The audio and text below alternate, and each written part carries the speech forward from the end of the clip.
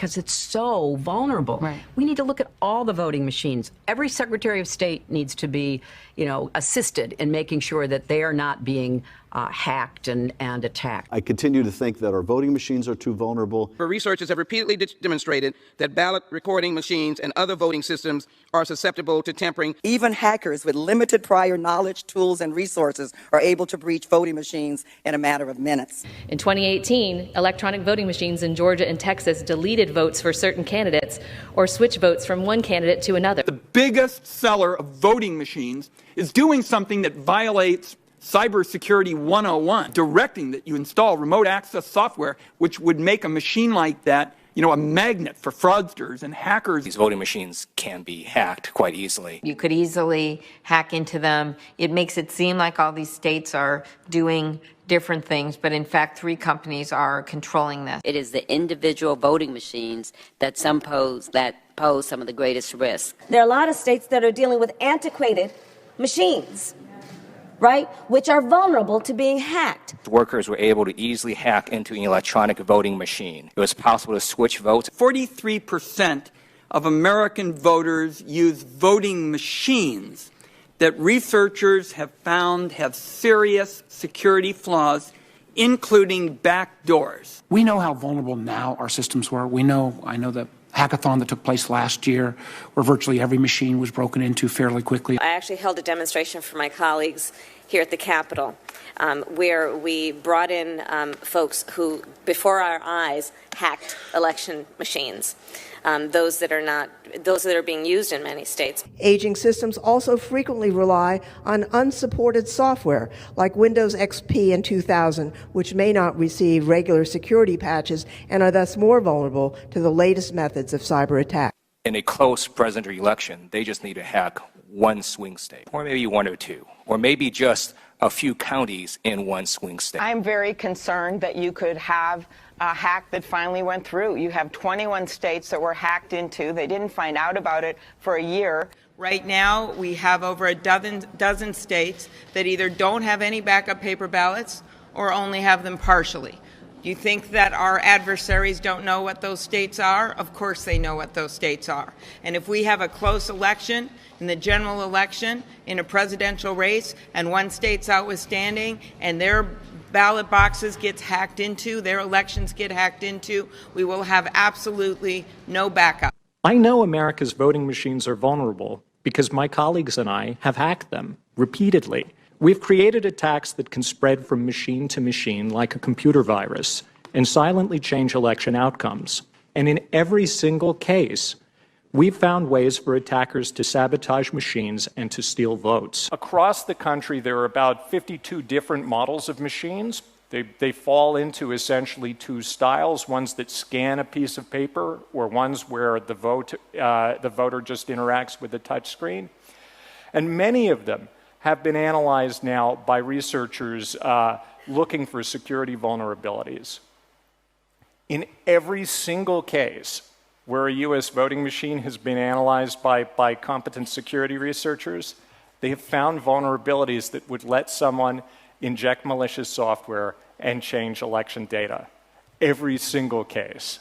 The better or the more efficient way of hacking machines would be to subvert them all through the machine that's used to actually program those machines. So prior to each election, the county election office or the voting machine vendor will actually program memory cards for that election. It tells the machine who are the candidates, what are the contests being decided, and that gets inserted into the voting machine. If you can subvert that machine that is used to program those memory cards, then you can pass rogue software to the voting machine. Voting machines are not connected to the internet. This is something that you hear all the time in the U.S. from election officials. Unfortunately, it's not actually true. In many new voting machines come with 4G wireless modems so that they can be connected to the internet from the polling place in order to upload the results faster. Now, to me, that sounds crazy.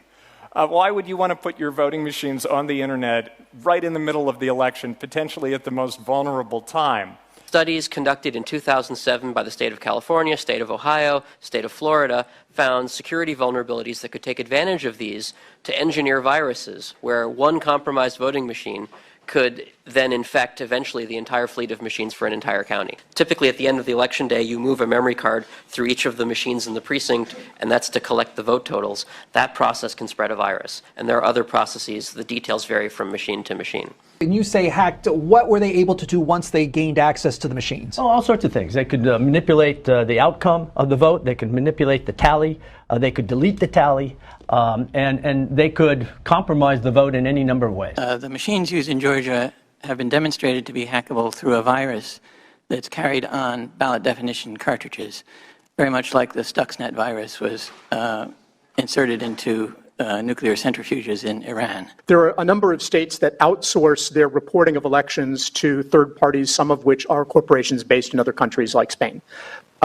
So you've got to trust that the aggregation of the votes and the reporting of the votes is accurate as well. I'm pretty sure my undergrad computer security class at Michigan could have changed the outcome of the 2016 Michigan election if we wanted to. It is that bad. And we have a combination of very powerful adversaries and unfortunately quite vulnerable and obsolete systems.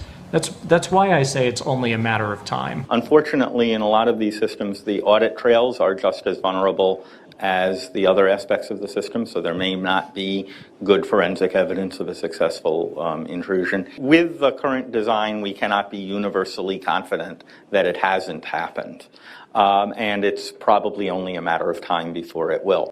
In at least 40 states, elections are carried out using machines that are at least a decade old, and like any technology, they're susceptible to increasing failure with age. Some state officials have had to turn to eBay to find critical components like dot matrix printers, decades-old storage devices, and analog modems. Aging systems also frequently rely on unsupported software like Windows XP in 2000, which may not receive regular security patches and are thus more vulnerable to the latest methods of cyber attack. In 2016, state election websites in Illinois and Arizona were hacked by intruders who installed malware and downloaded sensitive voter information. It is worth fighting for integrity in our election system, which means that they are free from interference by a hostile or an unfriendly nation. Let's put the resources into upgrading the state's elections systems.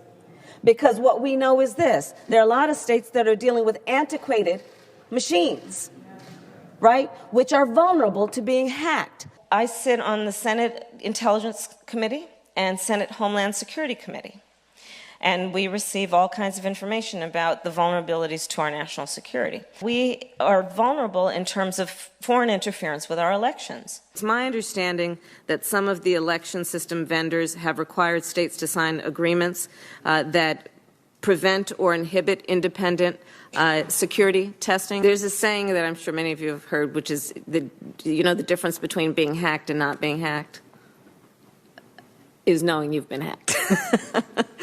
And they are still looking for ways to steal information about voter registration, for example. There are some tax experts in Silicon Valley with whom I have met who say that maybe what they'll do this next time is to really disrupt the actual election. Shut down the servers that you send results to. Interfere with the operation of voting machines because still too many of them are linked to the internet. So we are still very vulnerable. I mean, I can tell you in Virginia when I was governor, I had to replace all the machines because I remember when I first voted, when I went to Richmond, moved down as governor, I remember I kept voting in the Senate race, kept voting for the Democrat, Republican name kept coming up. 3 times that happened. What do you mean kept coming up? So, we had the touch screens. I was voting for Mark Warner, our senator. And Ed Gillespie's name would light up. Happened to me 3 times. Finally, the 4th time, Mark's name, and I quickly hit vote, and I got out of there. All the cameras are looking at me like, this guy doesn't know how to vote. I mean, what's going on? So then I had an investigation done, and listen to this. I brought in some technology experts. They were able to hack into our machines from off-site in about 5 or 6 minutes, and within 4 minutes, they were able to change a vote. I decertified all the machines. Now in Virginia, we have paper ballots. 43% of American voters use voting